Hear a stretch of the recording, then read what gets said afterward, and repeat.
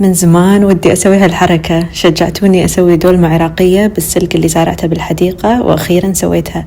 أول شي طلبت لحم عجيب من ذا بوتشري، شوفوا شلون نظيف. المهم مشكلتي كانت الجلوفز أو الدسوس أكبر من إيدي وايد، يعني لعوزتني صراحة وأنا أشتغل.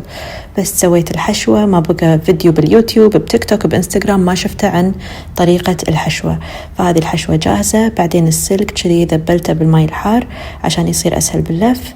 حشيت الخضرة والبصل، كان ألذ شيء صراحة. وبعدين بديت ألف، فسخت الجلوفز لأن كان اللف فيهم الله لا يوريكم يعني صدق أي كلام. بعدين لفيتها بشكل حلو كذي، وقعدت أجهز الصلصة اللي راح أصبها على الدولمة عقب. وبعدين حطيت ضلوع السلك وضلوع اللحم ومحشي البصل والباجلة، وبعدين قعدت أصف الدولمة. واي حسيت روحي صدق ست بيت وأنا أسوي هالطبخة هذه. المهم أول شيء كانت على نار حارة وقوية، والريحة قامت تجيب لي القطاوة. وبعدين خففت النار وخليتها تطبخ على نار هادية. لما نشفت حطيت لها السائل وقام يطبخ. وبعدين لما حسيت إنها جاهزة، حدي كنت خايفة إني أقلبها، لكن الحمد لله جت سليمة. يلا اللحظة المنتظرة، شوفوا شلون طلعت. بسم الله.